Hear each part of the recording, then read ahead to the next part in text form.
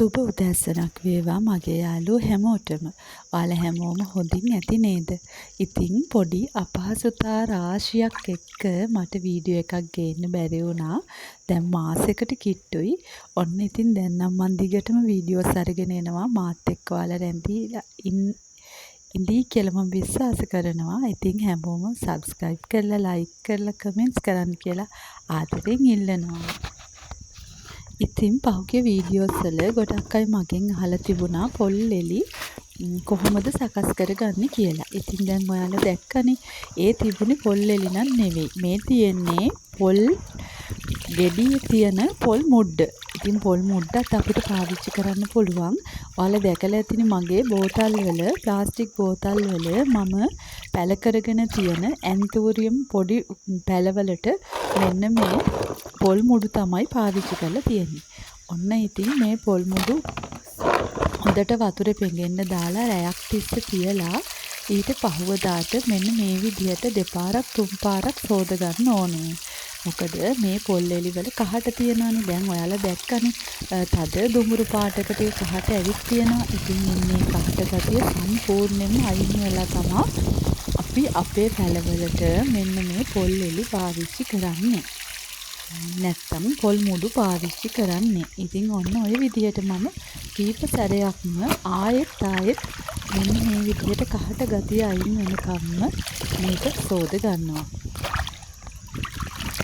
ඒ කියන්නේ ඇත්තටම ඉතින් මේකේ කහට ගතිය අයින් කරන එක අමාරුයි. මොකද දවස් ගණන් පෙඟෙන්න තියෙනම් එහෙම කරන්න උවමනාවක් නැහැ. කොහොමත් සාමාන්‍ය කහට ගතියක් මේ වගේ තියෙනවනේ. මට හිතෙන විදිහට මේ පොල් මුඩු වල ඒ ගතිය පොඩ්ඩක් වැඩිද මන් දන්නේ. කොහොම හරි ඔන්න ඔය විදිහට අපිට සාමාන්‍යයෙන් මේ වතුර එක සාමාන්‍ය වතුරක් වෙන කල්ම ඒ කියන්නේ ගොඩාක් තද දුඹුරු පැහැයකට නැතිව සාමාන්‍ය තත්ත්වයෙන් ගන්න පුළුවන්.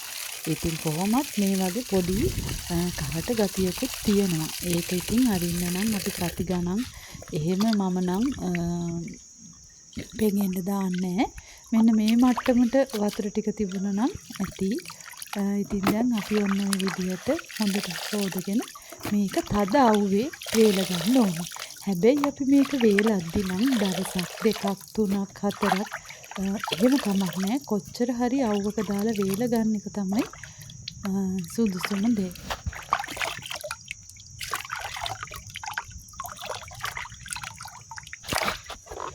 දැන් ඔයාලා ඔය දකින්න සාමාන්‍ය වතුරෙත් පොඩි කහට ගතියක් තියෙනවා නේද? දැක්කම ඒකෙත් සාමාන්‍ය පොඩි කහට ගතියක් තියෙනවා. හැබැයි මේක මම ආයෙත් සෝදන්න යන්නේ. දැන් කරන්න තියෙන දේ මෙන්න මේක හොඳට තද අවුවේ වේල ගන්න එක තමයි. ඔන්න ඉතින් මගේ වීඩියෝස් දිගටම බලන අය දන්නවා මං පැල 15ක් ඔන්ලයින් ඕඩර් කරලා ඔයාලත් එක්ක දිගට වීඩියෝස් අරගෙන ඇවිත් පැල හදන හැටි පෙන්නුවා. ඉතින් මං මේ පැල තියලා තියෙන මගේ ඒ පැල තියලා තියෙන ස්ථානේ මං ඔයාලට පෙන්නලා නැහැනේ මීට කලින්. ඔන්න දැන් බලන්නකෝ දැන් මේ මගේ පැලවලට මාස 6ක් වෙනවා. මේ බලන්නකෝ මේ තියෙන්නේ සිරානෝ පැල ටිකක්. ඉතින් ඔන්න ඔය විදිහට දැන් ඒ වගේ මල් ඇවිත් තියෙනවා. ඔය තියෙන මල් සිරානෝ කියන වර්ගයේ පෙති දෙකක මලක් තමයි එන්නේ. දැන් ඔයාලා දැක්කනේ. ඒකේ ඩබල් පෙටල් තමයි තියෙන්නේ. ඔන්න ඔය විදිහට පැල 15ම මේ ලී රාක්කයක් උඩ තමයි මම තියාගෙන ඉන්නේ. ඉතින් මම ඔයාලට කිව්වනේ මට ප්ලාන්ට් හවුස් එකක් නැහැ. ඒ කියන්නේ මට නෙට් හවුස් එකක් නැහැ. ඉතින් මම සාමාන්‍ය විදිහට අපි ගෙදර පාවිච්චි කරන අපි අනිත් පැල තියාගන්න පාවිච්චි කරන සාමාන්‍ය තැනක ගොඩාක් අවුව වැටෙන්නේ නැති හෙවන තියෙන සාමාන්‍ය තැනක තමයි මම පැල ටික තියලා තියෙන්නේ කියලා. ඉතින් අද මම ඔයාලට පෙන්නන්නේ අන්න ඒ විදිහට මම පැල තියාගෙන ඉන්නේ. මේ බලන්නකෝ මෙන්න මේකෙත් පෙති දෙකක් තියෙනවා. දැන් ඔයාලට පේනව නේද මෙන්න මේ පැලවල අවුවට වේලිලා එතකොට මේ වගේ කහපාට වෙච්ච මැරෙන්න තියෙන කොළ හැම එකකම මෙන්න මේ විදිහට තියෙනවා. ඉතින් අපි කරන්න ඕනේ හැම දවසකම මෙන්න මේ විදිහේ කොළ අයින් කරලා එතකොට මෙතන ගස් යට තියෙනකොට ඒ ගස් වලින් වැටෙන පෝච්චි වලට වැටෙන කොළ ඒ ටික අයින් කරලා එහෙම සුද්ධ කරගත්තාම මේවට දිලීර හානි වෙනවා අඩුයි. ඉතින් ඒක තමයි ප්‍රධානම දේ. අපි මේ අවට හොඳටම සුද්ධ කරගන්න ඕන.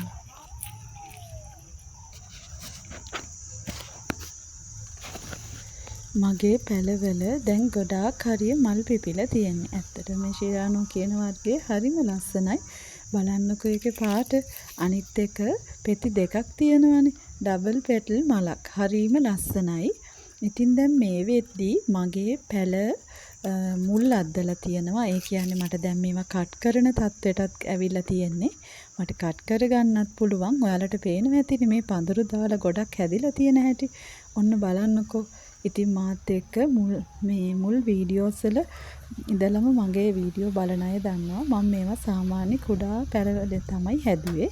ඉතින් ඊට පස්සේ මෙන්න මේ தත්ත්වයට දක්වා දැන් මාස 6කින් මගේ පැල වර්ධනය වෙලා තියෙනවා. ඔය තියෙන්නේ ඩබල් පෙටල් එක. ඉතින් මට දැන් මේවා කට් කරගන්න පුළුවන් තත්ත්වයකටත් ඇවිල්ලා තියෙනවා. හැබැයි මම හිතනවා මම තව ටිකක් ඉඳලා මේවා කට් කරගන්න ඕනි කියලා. ඒ කියන්නේ තව මාස 2-3කින් වගේ. මොකද මම තාම මේ වගාවට අලුත් කෙනෙක් නිසා මට බයයි මේක කට් කරගන්න. ඒ කියන්නේ මේ දවස්වල ගොඩක් පෑවිල්ලත් වැඩි. ඒ නිසා අපේ පැත්තට හුඟක් පායනවා. වැස්ස කොහොමවත් නැහැ. ඒ නිසා තව ටිකක් සාමාන්‍ය පොදක් හරි පොඩි හීනි පොද වැස්සක් දෙකක් යනකල් ඉඳලා හරි මේක කට් කරගන්න ඕනි කියලා මං හිතුවා. ඒ නිසා මං දැම්මම පැල කට් කරන්නේ නැහැ. මෙන්න මේ වගේ අපි සාමාන්‍ය ගහක් යට පැල ඉඳුවොත් දැන් ඔයාලට පේනවා මේ තද අවුවනේ. මේ කාලෙට තද අවුව තියෙනවා. ඉතින් සමහර පැලවලට පත්‍ර හානිත් වෙලා තියෙනවා. ඉතින් ඒවට අපි ළඟ විසඳුම් තියනවානේ. ඔයාලා දන්නවනේ දැන් ඕනම වගාවකට අපි දාන පොහොර වර්ග, දිලීරනාශක, පත්‍ර දිලීරනාශක, පාංශු දිලීරනාශක මේ හැමදේම තියෙනවා. ඉතින් අපි ඒවා කලට වෙලාවට පාවිච්චි කරනවා නම් අපේ වගාව ගැන අපිට බය වෙන්න දෙයක් නැහැ. ඉතින් ඒ විදිහේ ලෙඩක් තිබුණා කියලා එක පත්‍රයක් එහෙම වෙලා තිබුණා කියලා අපේ වගාව තනිකරම හානි වෙන්නේ නැහැ. දැන් ඔයාලා දැකලා ඇති මම ප්ලාස්ටික් බෝතල් වල මෙන්න මේ විදිහට ඉඳවගෙන තියෙන මගේ පැල ටික. ඉතින් දැන් ඒවත් මුල් ගොඩාක් ඒ වගේ මුල් අද්දලා කොළ දළු ඇවිල්ලා තියෙන්නේ. ඉතින් මං අර පොල්ලෙලි ටිකත් වේලෙන්න දැම්මේ ඒවා මං ආපහු ලොකු පොට් වල හිටව ගන්න ඕනි කියන අදහසින්. ඉතින් එතකොට මං ඔයාලට වීඩියෝ එකක් අරන් එන්නම්. දැන් මෙන්න මේ රාක්කවල අපි මේ පොට් තියද්දී සාමාන්‍යයෙන් මේ පොට් එක මෙන්න මෙහෙම යට වෙනවනේ.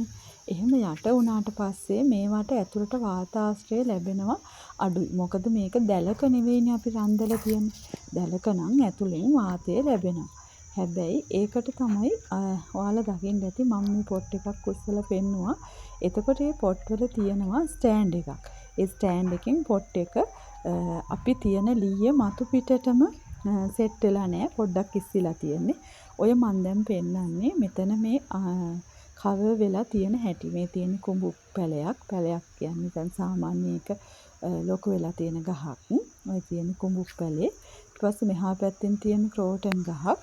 ඉතින් මේ දෙක අතරට තමයි මම මෙතන මේ රාක්කේ ලෑස්ති කරගෙන තියෙන්නේ. ඒ අතරට තව තියෙනවා ඔන්න ඔය මල් පඳුරු ටිකක්. ඔන්න ඔය පැත්තෙන් එන අවුව කවර් වෙලා තියෙනවා ඒ පඳුරුත් එක්ක. ඊට පස්සේ මේ පැත්තෙන් අවුව කවර් වෙලා තියෙනවා ක්‍රෝටන් ගහයි කුඹුක් ගහයි අතරින්. නමුත් මේකට සාමාන්‍ය අවුවක් වැටෙනවා. සාමාන්‍ය කියන්නේ මේ දවස්වල අපිට තද පෑවිල්ලක් තියෙන්නේ. ඉතින් මේ තද පෑවිල්ලෙත් මෙන්න මේ ඔයාලා දකින්නේ මගේ ඔය ප්ලාස්ටික් බෝතල් වල ඉඳවගෙන තියෙන ප්ලාන්ට්ස් ඕම් බලන්නකෝ. ඒ වගේ මේ තද අවුව කාලෙත් ලස්සනට දළු වෙනවා. ඉතින් මේ තදම අවුවක් දැන් ඔයාලා දන්නවනේ මේ පවතින එල්නිනෝ තත්ත්වය. අන්න ඒක අපිට හොඳටම බලපාලා තියෙනවා. ඉතින් ඒ තද අවුවටත් මෙන්න මේ විදිහට නිරාවරණය වෙලා තියෙද්දිත් පැල ටික හොඳට තියනවා කියලා කියන්නයි මම මේ උත්සාහ කරන්නේ. ඉතින් ඔයාලා බය නැතුව මේ ව්‍යාපාරේ පටන් ගන්න. මමත් තවත් ප්ලාන්ට්ස් ටිකක් ඔන්ලයින් ඕඩර් කරගන්න හිතන් ඉන්නවා. ඉතින් ඒකට මම මේ දවස්වල ලැහැස්ති වෙනවා පොල්ලේදී එහෙම සුද්ධ කරගෙන වේලගෙන ඒවත් ඔයාලත් එක්ක මම එකතු වෙලා කරන්නම්. ඉතින් මෙන්න මේ විදිහට තමයි ඔන්න මගේ රාක්කේ මෙන්න මේ විදිහට තමයි තියෙන්නේ.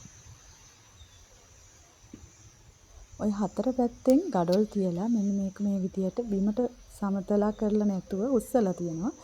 බිමට වඩා පොඩ්ඩක් උස්සගෙන තියෙනවා. ඉතින් ඇත්තටම අපි මේක පාවිච්චි කරද්දි මුලදී අපි මේකට දාන අපේ මාධ්‍යයත් එක්ක මේකට ඇත්තටම කූඹියක්වත් එන්නේ නැහැ. ඔයාලා දකින්න ඇතිනේ ඔය බලන්නකො වේයෝ කූඹියෝ කිසිම වගා ඉතින් හානියක් වෙලා නැහැ. ඔන්න ඔය තියෙන ස්ටෑන්ඩ් එකත් එක්ක මේක නිතරම හොඳට වතුර බහැලා යනවා. ඒ වගේම හොඳට වාතාශ්‍රයත් ලැබෙනවා.